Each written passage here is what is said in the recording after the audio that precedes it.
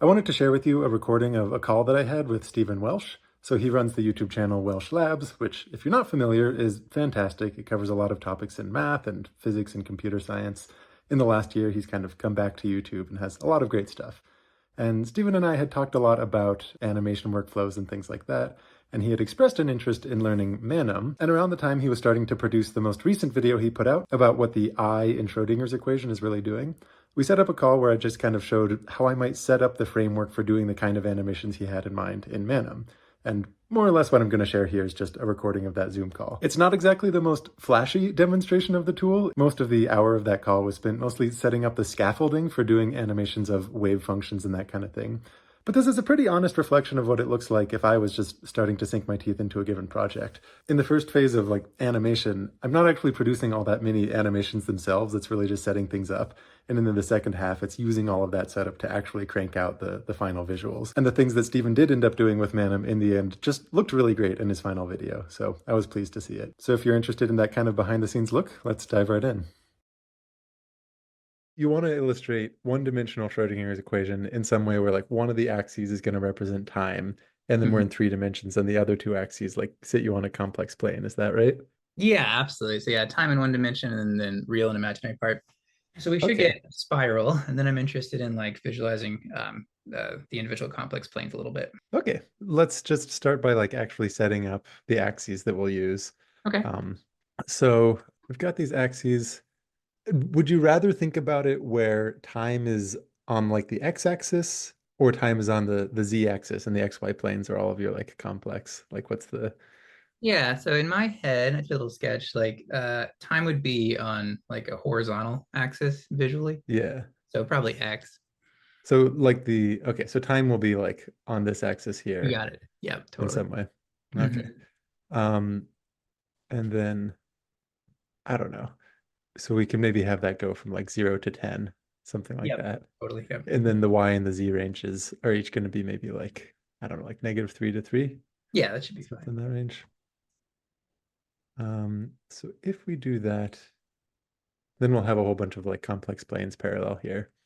Cool. Um, frame self dash. So frame is going to represent the camera frame, and Okay. then if we Got want it. to change its position at all, uh, Hmm. one thing that I'll often do, which is kind of nice, if in the interactive mode you press Shift D, it'll copy to your clipboard a command to put the frame into that orientation, Right. Nice. which is just because it's not a GUI and it's all in a text editor. That's the version of keyframing, just the camera position and such. Yeah, that's So great. I then, was curious how you handle this. That's always a headache for me, and when I do 3D animation, is dealing with camera yeah. position.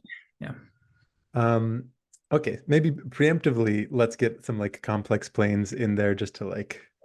Cool. have available. Sure. Um, so each one, I'll make a group of them.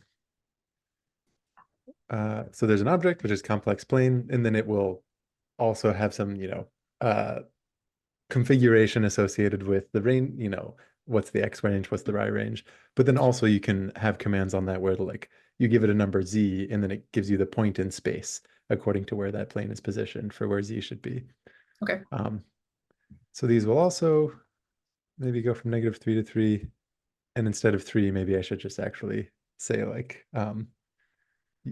make this something we can change later if we want. Hmm.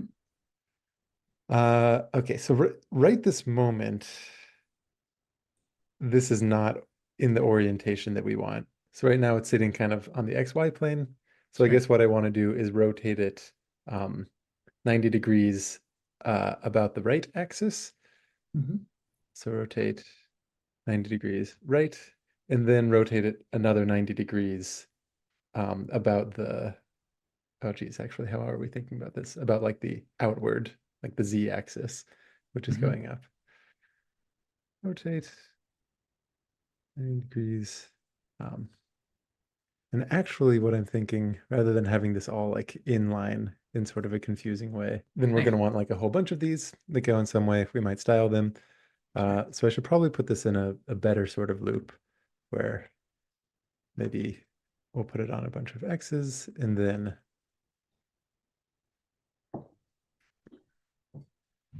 rather than getting it all just kind of in the same line, kind of clean it up a little. And then we might also style it in some way. So I think for that, because these will be a little bit more subtle, Uh-huh. background line style, I'm going to make it like the stroke width just one, Cool. and then the stroke opacity will be one. But then for the faded lines, stroke width one, maybe the opacity is like 0.5. Cool. And then we'll have all these planes. Oh, and then I want to move it to a certain spot. That'll be Uh-huh. critical. Move it to, and then wherever our axes are, Yeah. I'll take so coordinates to points, which here I'm writing as C2P. So I guess we want it on the x-axis at that x position, but then 0, 0. And so in theory, this gives me Okay. Yeah, totally. a bunch of planes. I guess I didn't give them their whatever color you want. I often like, for whatever reason, I'll like make my complex planes blue. Sure. So too many of these will start to be in the way and Yeah, obnoxious in some way. But sure. maybe at some point, you'll be highlighting a For sure. specific part of your function where things are presumably rotating on that plane. Maybe let's get an actual Sure. solution up on here. So the simplest solution to Schrodinger in this case is just a plane wave.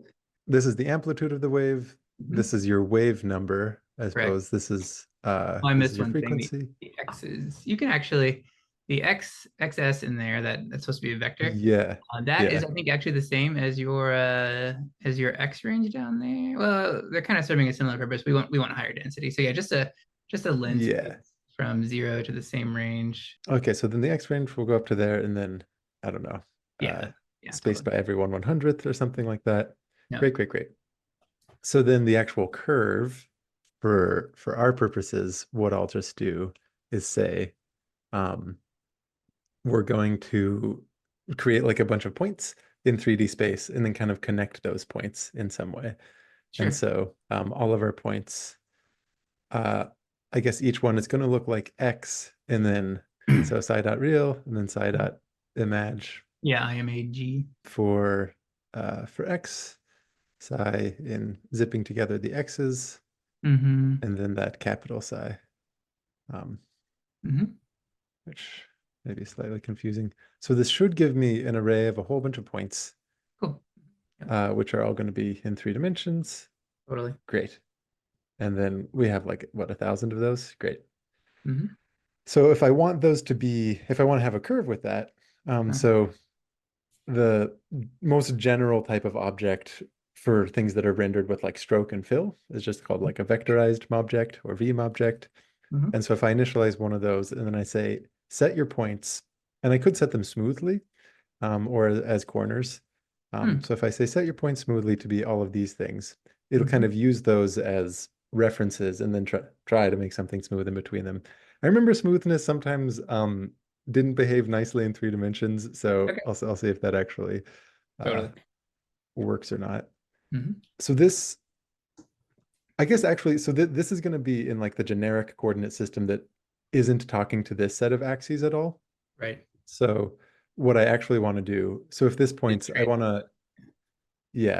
to basically pass it into the axes where it'll be the coordinates to points, and the arguments for that, it's going to be like some list of x's, some list of y's, and some list of z's, Okay.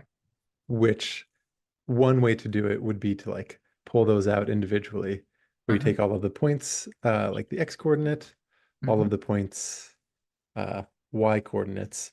Mm-hmm. But we could also transpose that points array and Okay. then kind of unpack. Like if we think of transposing it, uh, Mm-hmm. that should be like a list, 3 different long lists of things, right?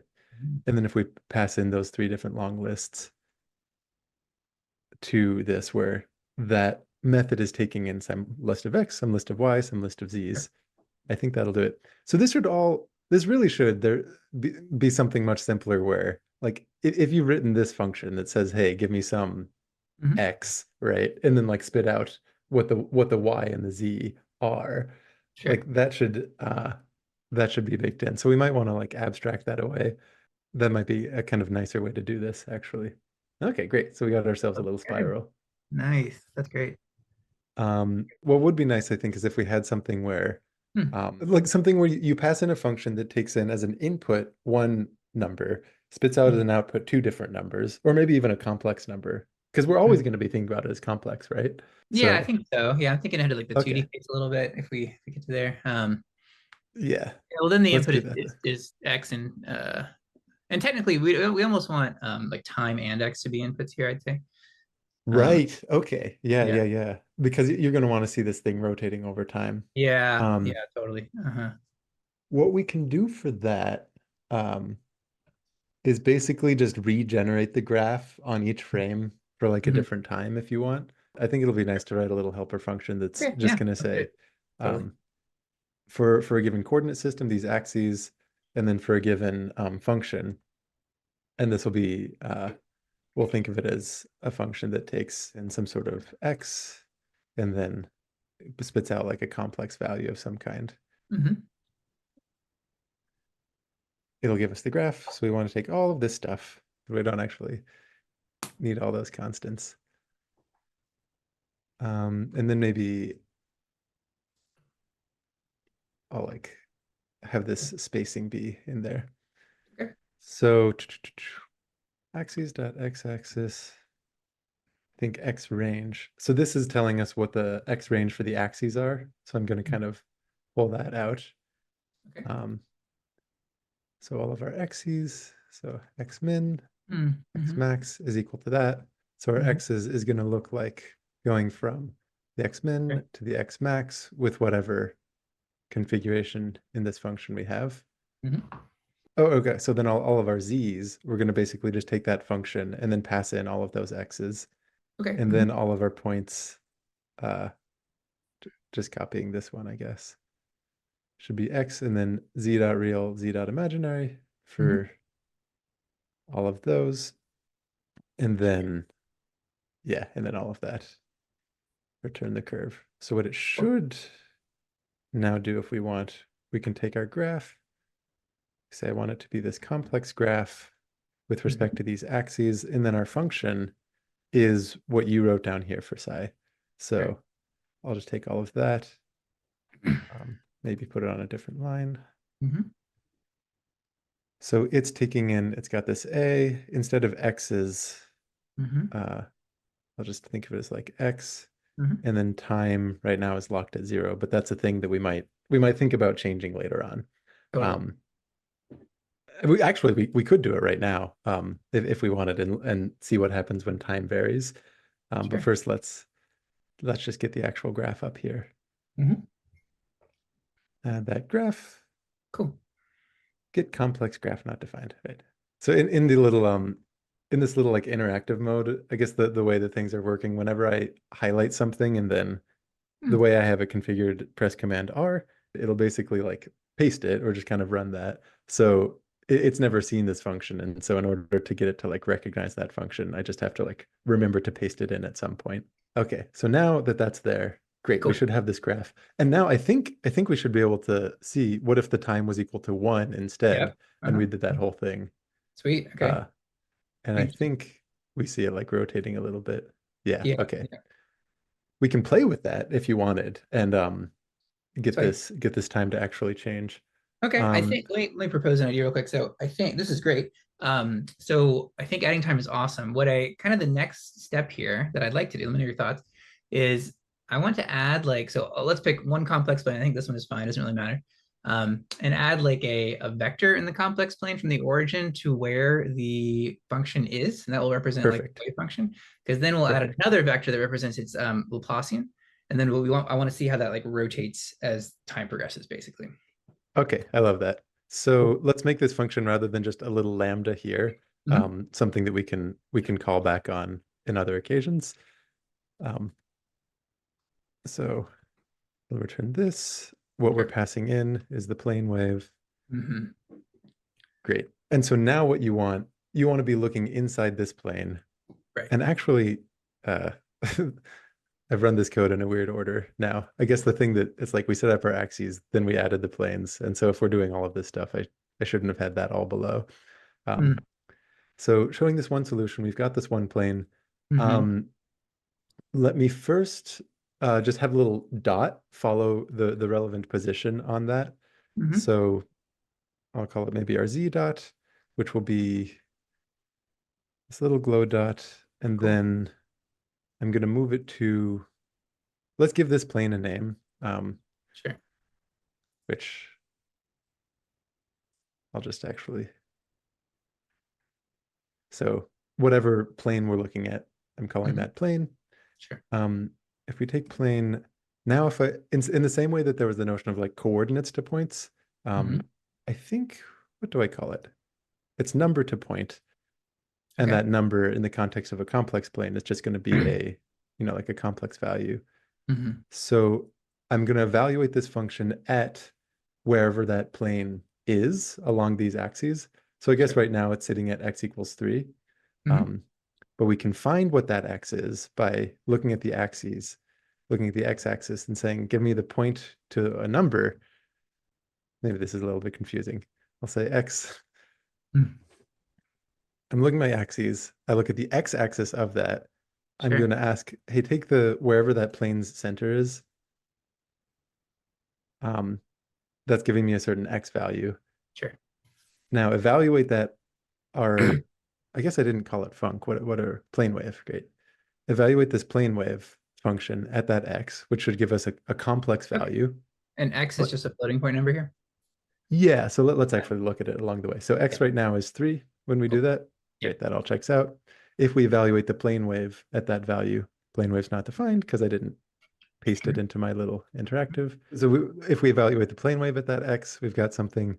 If we take the specific complex plane that we have and we say numbers to point, so pass in that complex value, spit Okay. out the point, that'll give us some three-dimensional point in 3D Sure. space. Okay, cool. Yep. And so now if I say take that z dot and move it there, and let's add that z dot, now it should show up somewhere on that plane. Cool. That's fun. Yeah, nice. Awesome. And let's do a little vector too while we're at it. That'd be great. Um, I'll just define a vector and then tell it where to put its like start and end because I'm Okay. going to assume that's Yeah. going to change over time. And later on, we're going to want to make that something that we're like changing. Hmm. So z vector, it's just going to be some vector. Hmm. And then I will say, I want you to, there's a little function for lines and vectors and things like that called put start and end on. So the start should go to the origin of that plane, which I guess is just the same as number to point 0. Hmm. And then the end should go on number to point this whole thing, Sure. um, which plane wave at x. It's a little bit of code copying that maybe means I should be Hmm. factoring something here, but it's all Sure. good. Zvect. So now if I do that, Hmm. I run everything. Cool. Okay, yeah, got this little vector, and it's I guess we could uh, yeah, the way that it's rendered right now, you'd kind of want it to be uh perpendicular to that, or like parallel to that. Do you Look mean like it's in that plane. the head of the vector rotate? Yeah, yeah. Yeah, yeah, yeah. Yeah, That it was looks my like first thought actually when I saw the vector. I think Hmm. okay, the simplest way, we should just have it rotate Sure. 90 degrees where the axis is. Uh, so if I call on Hmm. this is a vector as in like a drawn object, a thing that will be drawn on the screen. Hmm. Whereas, as opposed to like a NumPy list of 3 numbers. And so if you take one of those vectors, the method get vector on it will tell you what direction it's pointing as Cool. a list of 3 numbers. So Yeah, if that's the axis and we rotate it, then it should be sitting there. that's cool. All right, this looks great. Okay. Awesome. Okay, cool. Do we want to get this moving? Yeah, so two options. I think animating this would be cool. As far as like stuff to add, like my ultimate picture in my head, just to make sure like this will help to. I'll give you an idea of where I want to go, and that should you can tell me what makes sense to do next. So eventually, I'd love to have 3 vectors on the screen. Okay. Well, this is the yellow vector is the that's the wave function. That's the value of the wave function at that point.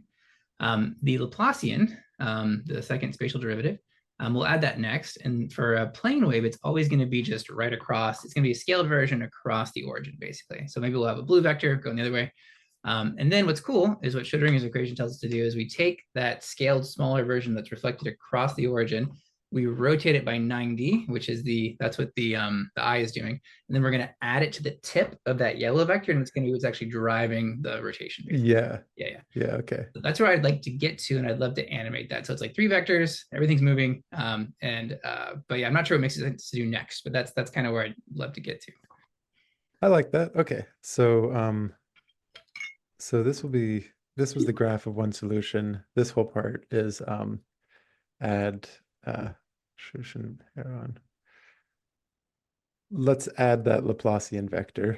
Okay, cool. Okay. Um, Get ready for some dense code again. Here it comes. It's a very exciting equation. But yeah, here's our Laplacian. okay.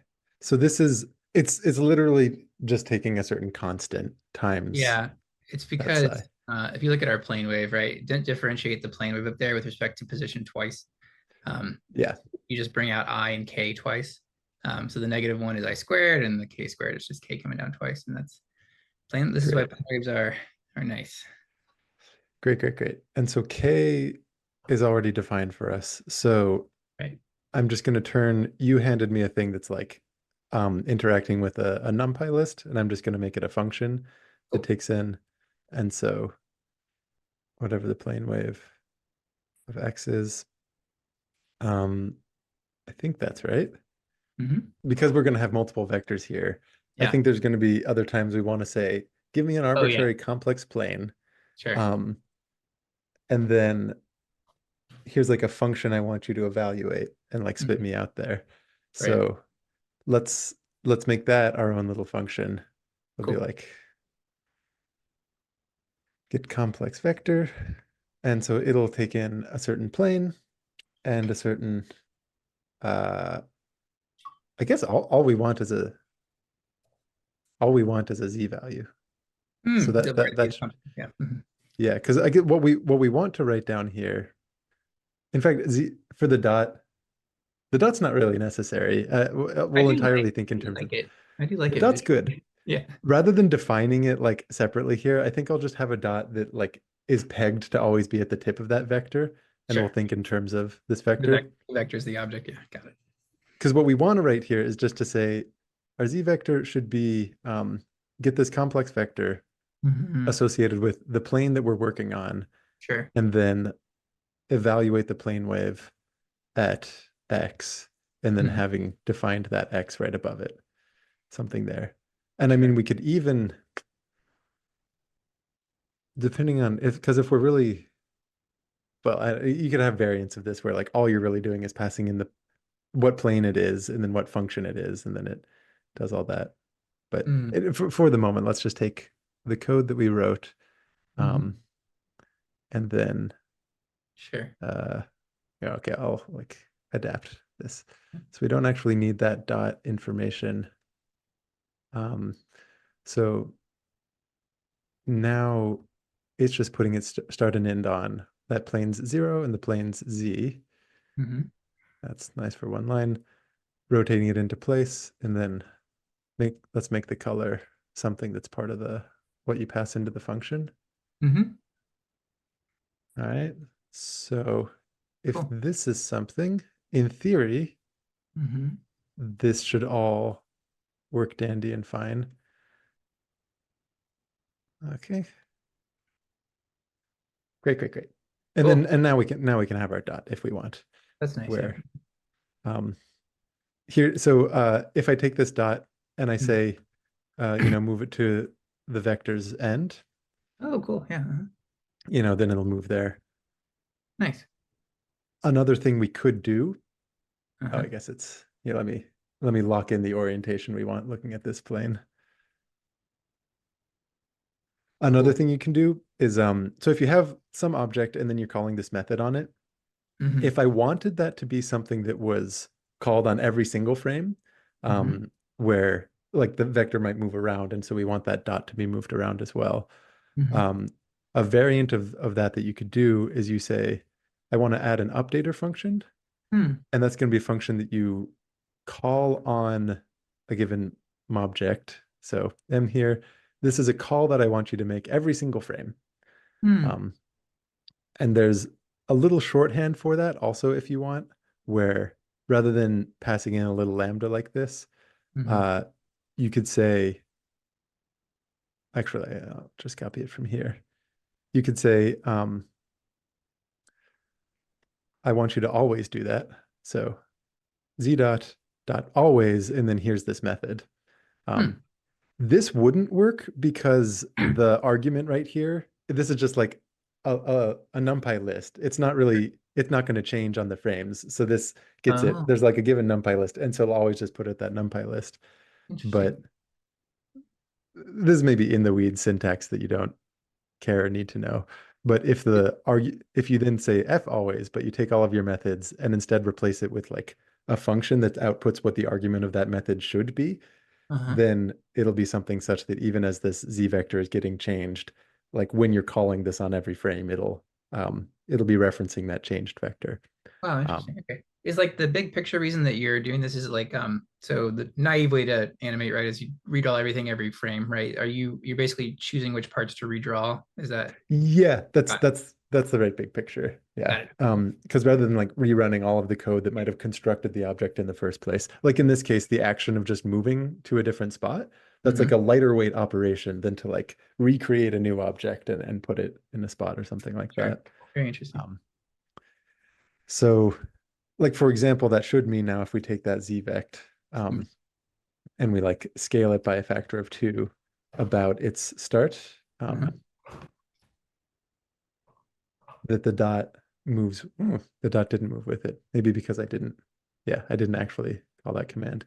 Oh, Now, all right, these vectors, they're going to give us trouble because it's sort of, I don't know why it rotated itself when oh, it it flipped. scaled I didn't like notice that. that it flipped back. Okay, got it. All right, Interesting. well, that's going to be an annoying thing that I'm sure we Okay. uh, Like, one deal problem at with a at time. some point.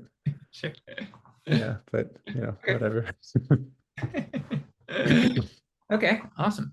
Yeah, I want to make Okay, sure okay. Anyway. I'm So um I was just abstracting what we had already done because now we want to like sure. do this with another vector, right? Correct. Yeah, got it. Cool, And cool. so um, maybe we'll call this the like L vector for Laplacian. Now it should just look pretty much the same. We're getting this complex vector associated with that same plane, but Totally. instead of the plane wave function, now we're plugging in the Laplacian, and Hmm. now the color is, you suggested blue. Totally. And so Cool. now, great. That's Now we've nice. got this Laplacian. K was one, so that's why it's Oh yeah. Let's doesn't do look k different. equals 0.1 just for a little bit. I was messing with the numerical version of this morning. I think this is gonna be a little more satisfying for the kind of drive. Okay. Oh, that's fun. Uh, well, Uh, it's not going to vary a whole bunch, I guess. oh, right, because we changed the actual. Yeah, yeah, yeah. But I mean, we could make the axes. We could make it such that instead of going from 0 to 1, the x ranges from like 0 to 100. Sure. Or if k was like 10, I think that would. Squared. We can do actually 0.5 is like fine. Yeah, like, let's do this will make our problem a little less annoying. Let's do 0.5 for k. Yeah. Okay, We'll we'll do square. 0.5. I'm gonna give it a little bit of a bigger x range Yeah, in that's that cool. case, Mhm. just Yeah, to see how that. And totally. then I guess now. Okay, so we like see it spiraling along. Yeah. Um, Uh-huh. It's funny, the spatial extent is connected to the ratio of those two vectors. So like unless we have non-uniform x and y basically, which yeah. probably what I'd want to do at some point is make them actually. Do you do that sometimes where I'm guessing you do where the Oh yeah, yeah, yeah, yeah. Which and so in this case, like what we could do with the uh, we with the axes up here, we've got this as the x range, but we could say that we want the width of all of this because right now the width by default, the like extent in the x direction, yeah. I think it's going to be 20 because it just has that as a unit length. But we could squish it all down where we say, hey, actually, I want that width to only be like 10 Okay, instead. cool. Okay, so this looks like the one we had before, but now the x's are spaced a little bit How did different. it And we compress x and not y? Is it because you did if you had done like length instead of width, it would have done y or something? Yeah, so with these axes, the way that they're going to be initialized, it'll have like the height and the width as something that defaults to a value of none, in which case I think it's just a multiple of whatever I like see. the unit Okay. size I is thought our one. complex plane was going to get squished basically in the y directions. But I thought that was my when you made that change, I was like, oh, it's going to squish it both directions. But you would have the height is basically the Yeah. complex plane. Yeah, I got it. Okay. I think right here we have our Z max at 3. I think Yeah. instead if that was at 2. Uh-huh. Um, and then here the yeah, what is the height of that plane? It's like 6. So we'll keep that locked in place. Sure. So the height will be 6, and then the depth will also be 6. Got it. Now that'll be slightly different configuration. We add on the planes. Oh no, the plane it never got the no, I gotta like make sure it inherits from that too. Yeah, okay. Yeah. Yeah, so height equals. Do I Interesting. have to give it a depth? I don't think I should have to give it a depth because it's a complex plane. No, no, I'll give it a. All right, this is now going to be a little confusing because it's thinking of height Yeah, and width in we like should the have X and. transposed X and Z from the beginning, basically. Yeah, well, This is we're in it totally, now. yeah, we're in it. Yeah, it's fine. All right, I'm Sure. going to take a plane that's a little farther out. Great. Um, okay, so now we play our same game. We have our graph Mhm. spiraling away. Yep. We add a solution of it, Yep. which I guess whatever position I had locked in there before isn't So now the very blue important. vector should be shorter, should be the payoff for all this work, which Great. will help with the animation. We made the blue vector shorter, but in a way that's consistent with the wave function. So that's great. Yeah, yeah, Um, yeah. yeah, because when you squish the in the x direction, when you squish or contract, because that blue vector is the spatial second spatial derivative, right? So like you're making Yeah. curvature change, so that blue vector is Yeah. proportional to the curvature and I think I might, this is later, but do a projection of just the cosine or sine wave on the top or side basically, and then that way I'll show that if I change the density of the So you're up here and see all that. exactly, yeah, you see Yeah. this, and like if I squish it, that blue vector gets bigger or smaller because it's the proportional to the curvature of the sine wave. Yeah, that would be a nice animation to put in there. Totally. And then the other what do you want to name the one that's like the rotated version of the Laplacian? Yeah, Um, so that it's technically it's just the it's so I called it DDT psi, basically it's the time derivative of psi. Um okay. And this is should I think of it as the Laplacian of x times I, or should that I that's it with a minus sign, and that's all you got to do. Yeah, okay. Um yeah, minus 1j times, yeah, that's it. That should be your that's our time update basically. I Yep. guess you had it nicely like that. Okay. So and then now we should use all of the same stuff, but just this different function, and then I don't know, give it a different. Right. So now this one, it's going to be coming from the origin at first, right? It's Right. not going to be up at Right. the tip, Yep. but that's simple enough because we'll just basically have it shift along the vector that is like our z vector. So I'll take this and I'll have it shift. I take that z vector. When I say get vector, that's giving me the like, you know, three-dimensional coordinates in space that it should move along. And then when we shift it along that direction, now that little Cool. dt Yeah, is like this is sitting down great. there. Yep, yep, totally. Awesome. Yep, Uh, that is the picture in my head. That's pretty cool. And I'd want to, again, this can be later. I can hack on it. I'll do some animation where I'll take the blue vector, I'll rotate it by 90, and then I'll move it down, to where, to the end of the yellow vector, basically. yeah, I mean, let's just do that now because it will be easy peasy. Okay, cool. Um, so we're going to take, so let's like introduce that blue vector. So I'll be like, um, grow arrow is something that might be appropriate for this, for that L vector. And then what we're going to want to do is take, we want to transform, so transform that L vector into the little dt vector, right? Oh, wow. Um, so like Huh, it'll grow that L vector. that's a cool function. Yeah, but the dt vector shouldn't have shifted yet, actually. So that should come lower. Hmm, I'll add a little weight call in there. hmm. So, and actually, we want to be a little bit more like zoomed in on all of this, right? We do. Yeah. Well, okay, actually, what we could do is animate that zooming first, Mhm. where frame.animate, I'll get into this position. So animate getting into this position over a runtime of 2, something like that. So to Uh-huh. like animate, zoom in a little bit closer to where we want, Mhm. and then it'll grow that L vector. Uh-huh. then it'll transform that L vector into the dt. But we want to leave the L vector up there. Yeah. So rather than like turning the L vector into that, if I take transform from copy, what that does is basically says, I'm going to copy this object, Yeah. and then I'm going to animate what it looks like for that object to transform into this other one. Cool. Mhm. Um, and then leave on screen whatever that other one was. So Mhm. now when we do this, we like zoom in, we see it, and then it'll like transform into that other little one. And then we want to move that one to the tip, right? Yeah. And so there's a nice little bit of syntax for this, where right here we have this method that we're calling. You take this dt vector and you're shifting it in a certain direction, right? If rather than just doing that in one quick motion, you want to say animate all, interpolate in between it.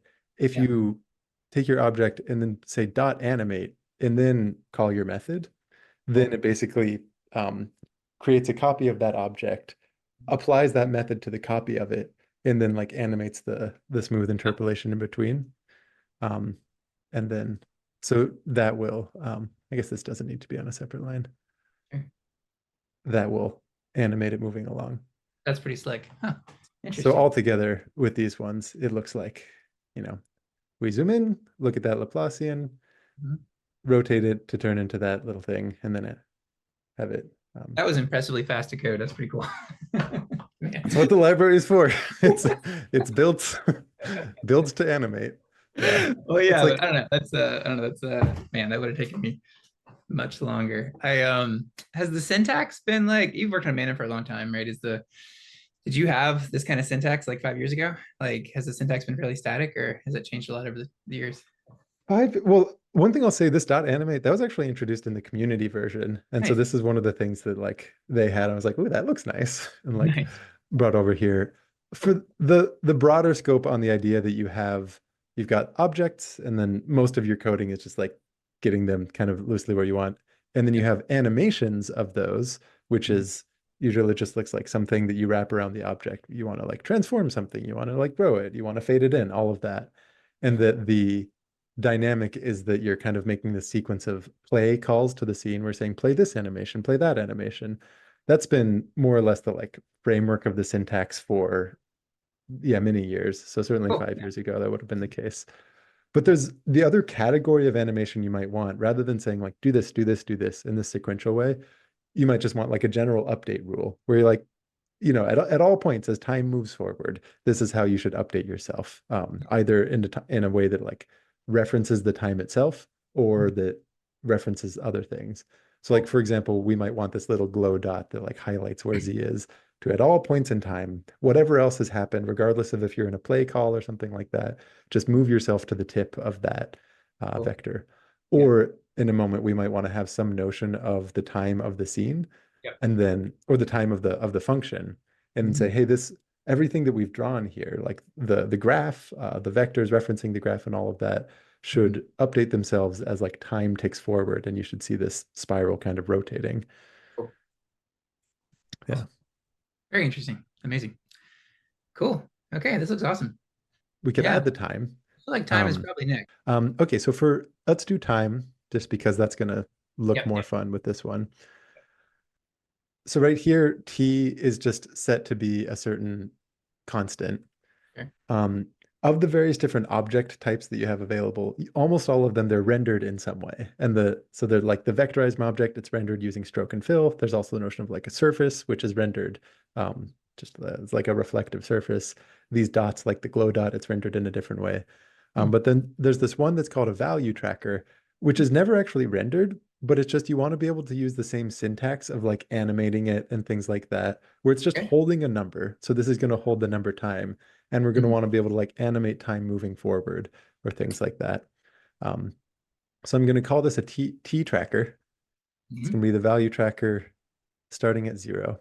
And then for our plane wave, uh, okay, and then what I'll do, I'll say get T is going to be this tracker get value. So this is like a function that I'm just giving a more succinct name to this. So this T tracker, um, if I just call its value now, it'll be 0.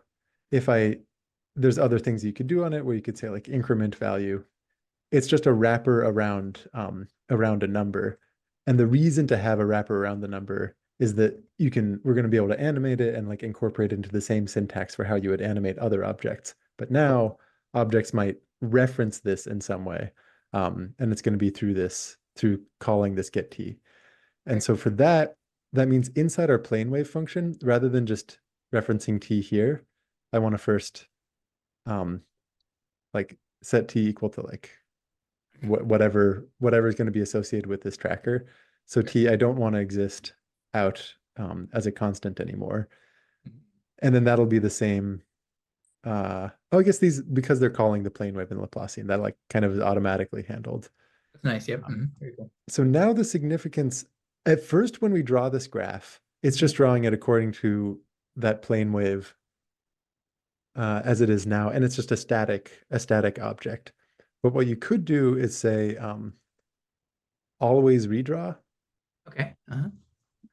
and that you pass in some kind of function, and Mhm. that function should like output an object, and then it's going to say, hey, this thing, just on every frame, like redraw what it was, which might be a little inefficient, but I think in this case it should be fine.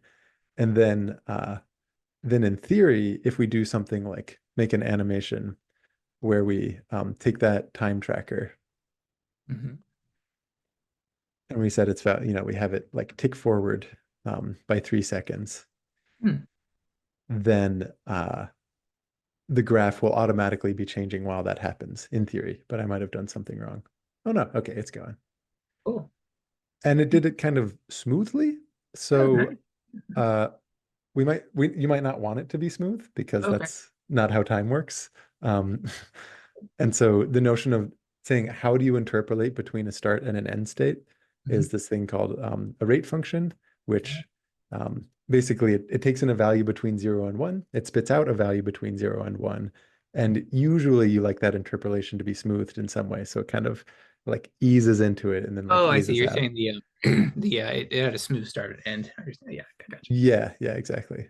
Um, So here, in this case, yeah, that should just be over the course of 3 seconds. Cool. What does Yeah, that look like? stops abruptly. Yeah, I got it. Cool. We could add a little label to the corner of the screen telling you what the time is, which yeah, I would Okay. kind of want it. I don't know. Well, let's do that. Yeah. Um, time label, because there's another little bit of syntax that may or may not be working. Um, where okay, time label. So I'm going to put it in a corner, in the upper right corner.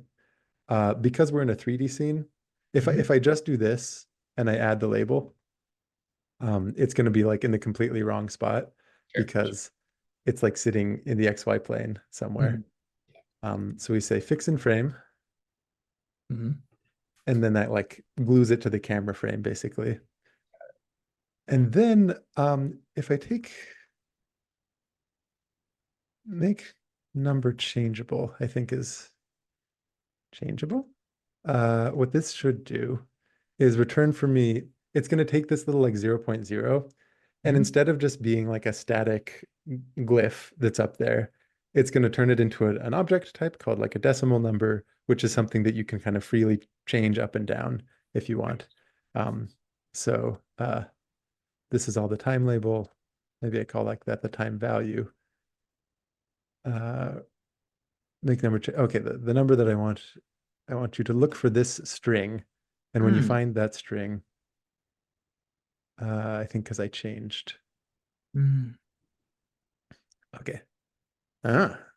Oh, Oh. interesting. It didn't inherit being fixed in the Yeah. frame, Got it. which Got it. is, that's not great, but Eh.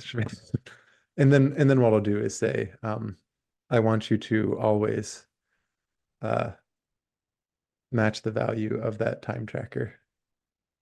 Um, I Cool. think that, wow, that just killed everything because it doesn't have match value. What do you have? You have something, don't you? Hmm. Uh, wait, like, I'll just do it. I'll say, add an updater,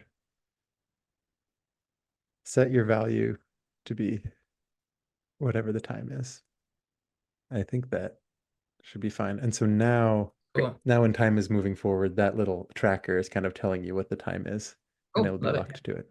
Awesome. And then you could move backwards in time too. We could go back to zero if you wanted. Fun. Yep. So Got it it. doesn't necessarily move forward with the scene. Sure. Um, okay, that but that is just drawing the graph, and then all of our other things weren't necessarily tied to the time in any way, if I remember right. Right. And I think most of this is just going to be putting the word always into our syntax at the appropriate points, or Sure. like that z vector. I just want to say always redraw, and then it takes in a function which will like draw that vector. Cool. This dot is doing its always thing. So if we do that, and then now I take that same animation, great, it rotates with it. Sweet. So it's redrawing that vector on every frame. Uh-huh. And then we can do the same thing down here. We say Cool. always redraw. I have a minus sign wrong somewhere. Or was that the backwards one? And that was the forward one. Yeah. So there's a minus sign wrong somewhere because I think it's supposed to be going the other way. That's not a big deal right now, though. Um, Oh, interesting. Okay, yeah. in my head, it was counterclockwise. It doesn't this always happen where like the act of animating something does Oh make you yeah. think about the math a little bit more Oh yeah. more 100%. critically? It's so Yeah. funny. And there's just like different ways of making videos. And like there's this, I don't know what you call it, but like the style of like trying to animate the real thing in math and science, right? It's like I always try to do that, right? And like you do. I always learn something. And it's hard though. You end up with like weird stuff that happens when you're trying to like animate the real thing instead of like you know, a representation of the real thing. 100%. 100%. Um, so I think that the last thing I might say is because we had this little bit where we're like introducing the Laplacian vector and all that, Sure. that I'm wondering if that how nicely that will play with this notion of them being defined to like always be redrawn or not. Yeah, Um, sure. and so I think there's going to be a small little fix that we want to do for that. Mm-hmm. And so if I try to play it as it is now, where we do our thing, we zoom in, yeah, it just like kind of plops it down. It didn't like animate it growing, Mm-hmm. which is maybe fine. And then, oh yeah, yeah, yeah. So then this one, it didn't shift it the way that we wanted. Um, so because what's happening is on each frame, Mm-hmm. it's taking those objects and rather than like animating them where it's growing the arrow or where it's like shifting that little DT vector, it's saying, oh, the thing I'm supposed to do is always redraw. And the thing that it is calling is this function that like draws it such that it's going to be rooted at the origin of the complex plane and all that. Mm-hmm. So what we could do there is say, um, for the sake of introducing these, Mm-hmm. suspend your updating, Mm-hmm. and then we're going to resume that updating later on, when we want to get the time going. And so I think Wow. that, so, okay, now it grows it, Mm-hmm. now it animates it, now Mm-hmm. it'll shift that. Wow. Great. Cool. Now we want to resume that updating before we like move time forward. Mhm. Huh. The Interesting. syntax there is resume update. But this DT vector, it's a little funny, right? Because what we want is for it to be sitting at the end of that yellow vector that Oh, represents Z. yep. Um, but if the way that it's always updated is to redraw itself, when Sure. it gets redrawn, it's going to be drawn at the origin.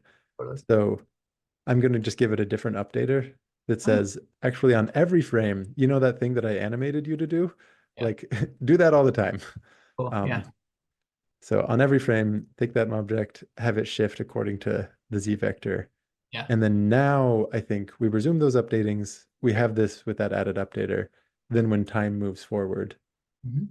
uh, oh, okay, that's not time moving forward because it was locked at 3 and I'm having it animate to 3. But now if I have it animate up to like 6, it is all Mm-hmm. backwards. I see what Oh, you're saying. backwards. Yeah, that's okay though. Well, yeah, that's a minus sign somewhere in Yeah, it's there. fine. It'll be, yeah, I'll realize something silly. This looks awesome. Cool. Amazing. I don't want to take up too much of your time today. I have two things in my mind. All right. So Okay, from here, let me know what your thoughts are. So I looked at the different solutions I have. I think what might actually be easiest and most fun to try to pop in really quick is we could pop in a particle in a box. okay, Um, I think you can have the same format. So I'd love to see what that looks like if we have time. The other one let's is do it. I'm curious what your like final, like let's say you got a scene, you're happy with it, right? How are you getting this into Final Cut or Premiere, basically, right? Like, what is your final once you have a scene, right? What's that process Yeah, like? Those are like my two big questions. If there's anything else great. that obviously you should be showing me, I'd love to see it, but that's like kind of what's left in my head at this point. I'll answer the second one first. Yeah. So the right here we have got this Python file that's got a scene in it, Yeah. right? And there's no like if name equals main in here. Like this is not a script. This is just like a pile of code. And so there's a separate script that like extracts a scene and then does one of two things with it. Either it like makes this interactive window that you can play with that's dynamically make the scene, or it might render it to file. And then Cool. there's various configuration on that for like what's the resolution, what's Cool. the Yeah. Totally. and all that. So this keyboard shortcut that I'm running each time that I'm diving in, you'll Mm-hmm. notice so it's calling Manim, which Mm-hmm. basically points to a certain script within the Manim repo that will like extract a scene. And it says, look at this file right here, which Mm-hmm. is the file where I've put all of our stuff here. It says, look for a scene with this name. Mm-hmm. Um, and then right now, it's the thing that it's saying it wants to do. It says, I want you to skip ahead, so don't play any of the animations, and then embed yourself at line 45. Uh-huh. So that was all like pulled out based on where the cursor in Sublime was. And Uh, so it like jumps to the 45th line. If there were animations before, that S says like, don't play through those. There might be like 5 minutes worth of animation. I don't want to wait that long. Just like skip ahead. yeah. But when you want to render it, Mm-hmm. um, then the relevant command. Uh, so we've got this whole thing. It's gonna look for the scene, look for the look for the file, look for the scene within it. The Mm-hmm. relevant flag there is -W, which will mean it's writing it to a file. Cool. Yeah. Got Um, it. and then -O also means it'll write it to a file and then immediately like pop out what the output is. Cool. So if I do that for our scene here, it'll Mm-hmm. go. That pre-run is going to make it such that it runs through everything before it renders, basically Mm-hmm. to see if there's bugs, and then also to know how long it's going to take, so it can give you this little time bar. Nice. But it does mean if you have something with a lot of computation, it's inefficient to have it go through it twice, and you might not want to have that. The Mm-hmm. little finder means that it'll like show me where in my file system it output that. Um, Mm. and now we have an MP4 file that I Wow. drop into Final Cut, do my Yeah. editing, um, and all of that as I want. That's great tooling. That's awesome. So It's satisfying that it's the same method that you're running as you're working. That's pretty cool. that's really the thing, right? For where it's rather than having like a notebook, Yeah. where it's nice to have it all sit in a consistent file. It's like all of this is just a big pile of code that you can do one of two things with. You can Yeah. play with it like a notebook if you want, or Mhm.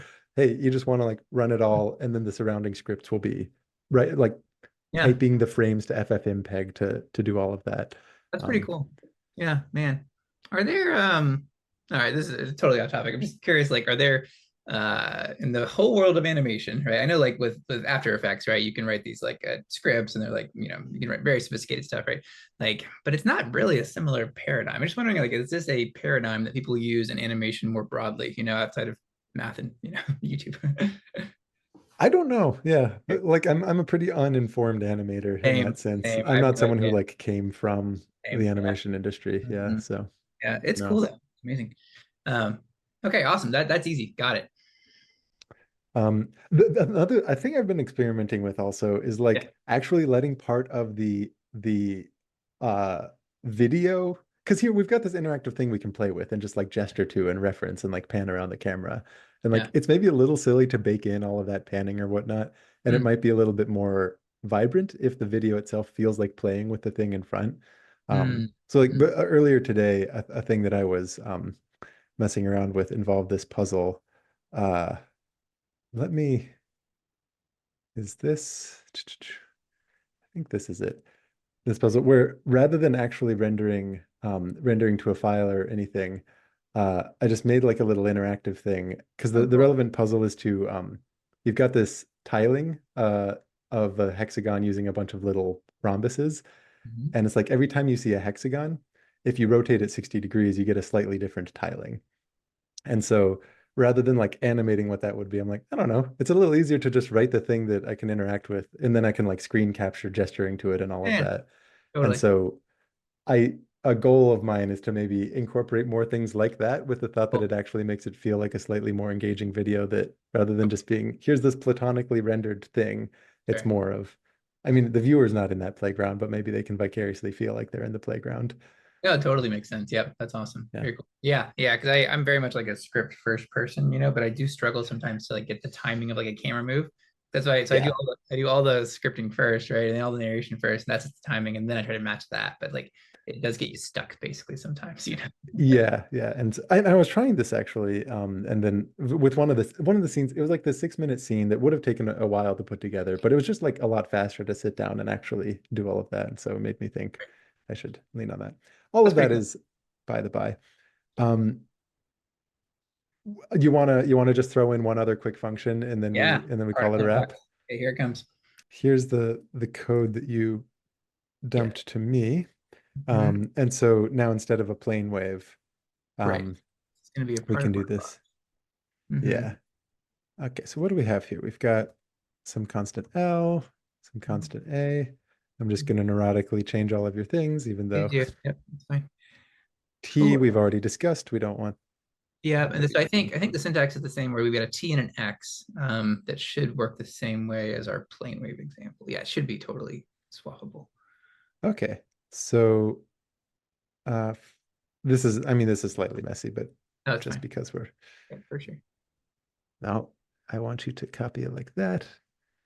And so plane wave, but this is no longer a plane wave. Instead, it's particle and box. So actually, I'm just gonna call this our wave function Hmm.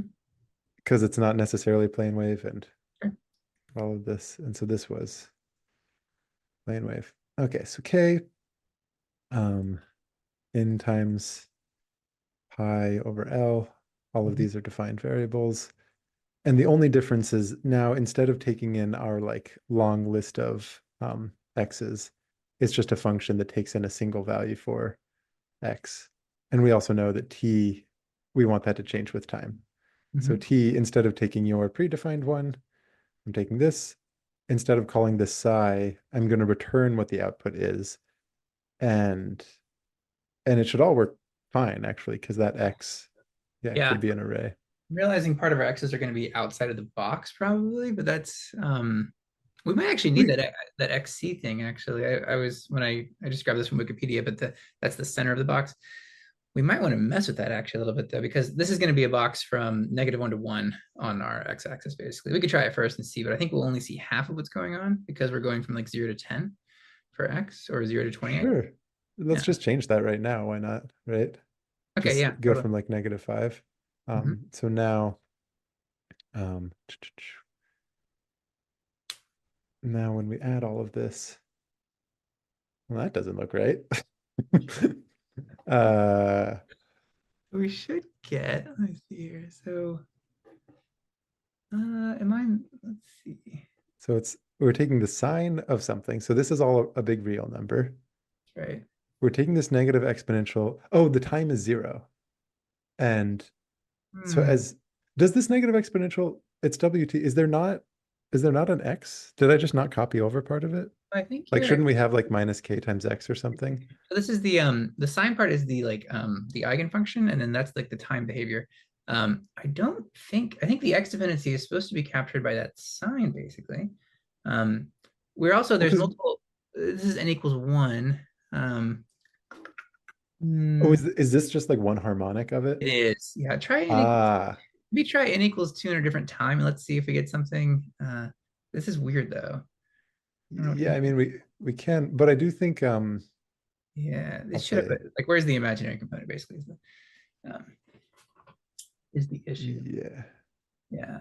Well, okay, yeah. I think we got to move time forward basically, and then I don't know why it doesn't make a ton of sense to me that it collapses to only having a real part. Uh, okay. Well, no. So this actually looks incredibly like what I would expect, Right. just from the function that you gave, Mhm. because the It's just getting uh rotated.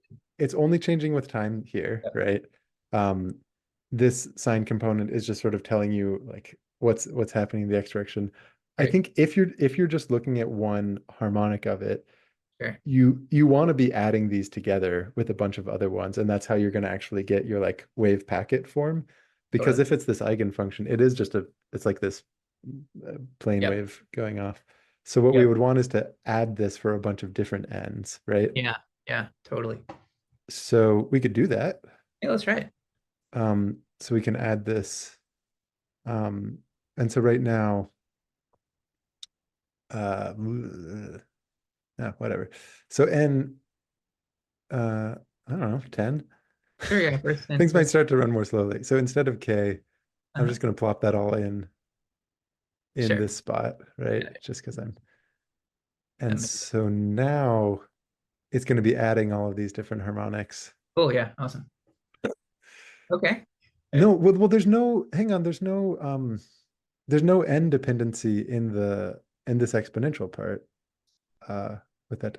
Are you sure are you sure there's not anything else going on in that exponential That's a part? little strange. Let me Or that there's not an imaginary component to to the the term sitting in front of it? function, yeah. Let me see here. We should be getting for the complex and real parts. Let me just look at the function really fast. Um, no, I grabbed the right function. Like there's no in component in the time dimension. Um, yeah, I gotta go think on it for a second because I think like in my head, there's a nice little animation on Wikipedia, like the particle and volume. Let me chat to you. So like if you open up, yeah. So in my head, something like one of those animations was gonna happen. Yeah, on the right over there. The equation, the exact equation we're implementing is like halfway down the page. Um, Well, so okay, yeah, these make sense because each one of these is just a sine wave that's getting rotated around, that's which right. is the first thing that you handed me. But Mhm. the rate of rotation Oh is yeah, it should different be. for each That's one. right. And That's right. that's critical. So Yeah, like no, right here, the rate of rotation doesn't mhm. depend on n in any way. Maybe that omega is different. Oh yeah, no, sorry, it's omega sub n in the equation. There we go. Okay, how do I get omega? Yeah, yeah. There we go. Yep, there it is. Let's see here. How do they define omega sub n?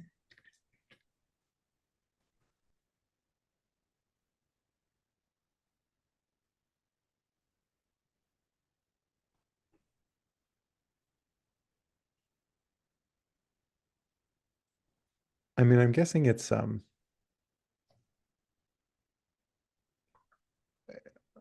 it's going to be a relatively simple function of n, It should be, right? So just like like proportional to n or something like that. right, the simple thing would be what do we define? I'm just going to multiply it by n and Yeah, yeah, totally. Mhm. see what that looks like. I think that's fair. Um, and then, oh, this is going to look like a disaster. Oh God. Oh God. Done. We solved quantum physics. We figured it out. Um, Oh my gosh. okay, no, it'll matter a lot what it is, I guess. Yeah. Yeah, I think it does. Yeah. I don't know why it's not easily described there. Hold on. Maybe more. I'll see. Let me spend one more minute. I'll see if I can find a decent definition for omega. Yeah, sure, sure. But yeah, this one will take a little noodling, obviously. Let's see.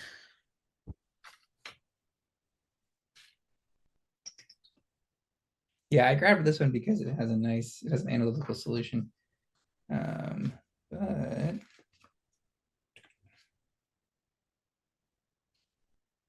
hmm, okay, I think yeah, omega needs to depend on the energy. So like in this book I have, it's in Wikipedia. There's an energy. Yeah. Yeah, okay. So there's the energy as a function of n down there, right? Okay, cool. Omega is, I think this is just by de Broglie, basically. Um, Omega should be that E sub n thing uh, This is divided. proportional to k squared, right? At least over here. Oh yeah, yeah,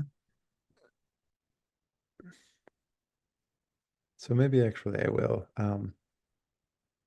yeah. We could just try k squared and see what happens. So I think uh let's define a new function for this. Um,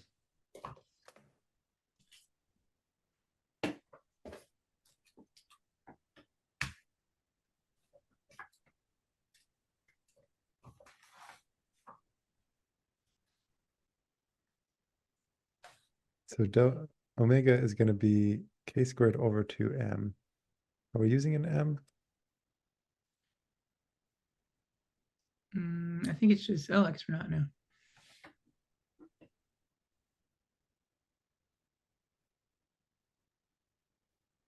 Okay, and then T.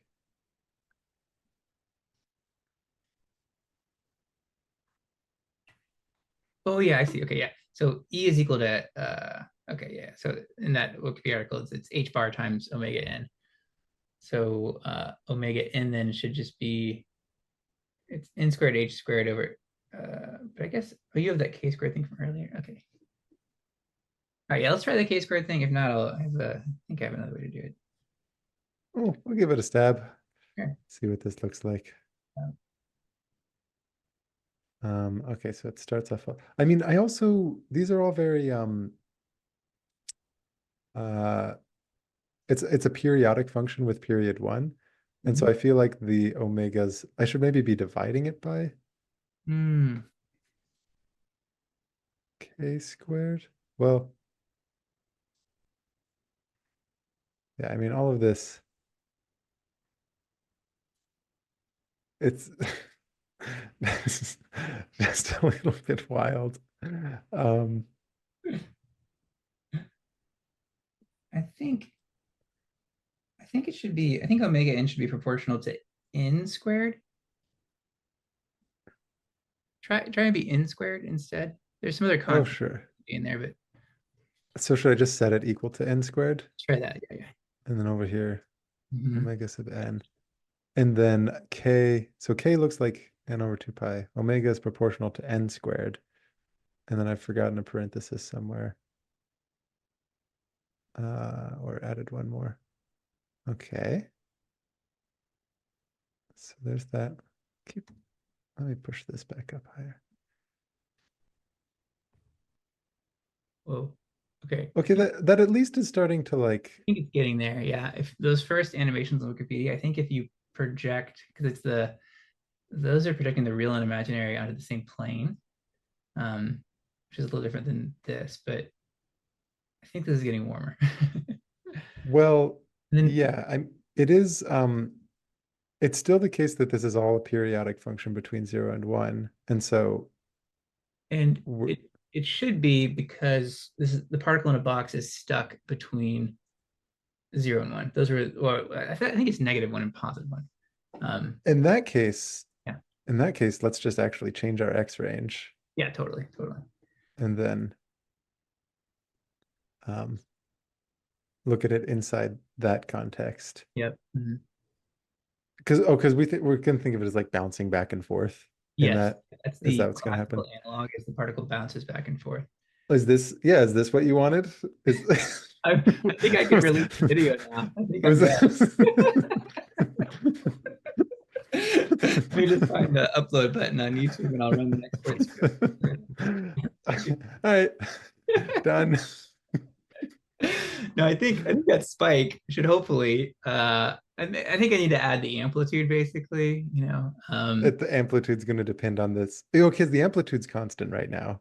And the amplitude's not going to be the same for each one of That's those right. It's harmonics. also probably it's got to be a sub n basically. So all of these should have been like some function of n I in some think way. so. Although in the formula I grabbed it's just constant a, but that wouldn't make any sense. So depending on boundary conditions and stuff, it should have bigger and smaller components, and then it should like the classical version is the particle bouncing back and forth. Um, yeah, interesting. Well, Cool. it might be unsatisfying to call it here, but in the spirit of time, No, no, uh, this is totally fine. This has been awesome. yeah, Is there a way I can get this pie file? absolutely. I'll just pass it over, and then also if you wanted, you could I could try to help out with like setting up. I'll at least point you to the Manim repo documentation around Oh, installing it, and then also like the Sublime configuration I have, which I'm pretty sure, not only am I pretty sure you can like mimic it in VS Code, I'd be reasonably positive that somebody already has. okay. And it's just a I think matter I'd of, rather use Sublime. If there was a way I could do this in a notebook, I feel like that'd be fun. But I feel like that's just tooling hacking. That's not worth my time right now. But I use like Sublime. Sublime is great. the Um, pseudo notebook. Yeah. yeah, yeah, and totally, it's more flexible. Cool. This is awesome. Thanks for your time. It's always a little friction to learn a new tool, but this seems like I don't know the speed at which you move those vectors around is super impressive. So yeah, this is super cool. I'm happy to yeah, I'm problems will emerge or something will be annoying. Yeah. And I might not be like immediately responsive if No, you that's fine. send a I'm message not over, but expecting you to be feel free to text at any first point and line just like, support. Yep. why on earth does the syntax work this way? Or like, Cool. This is awesome, Grant. Thanks for your time. absolutely. Okay, I will let you go and chat later. All right. See you, Grant. See you.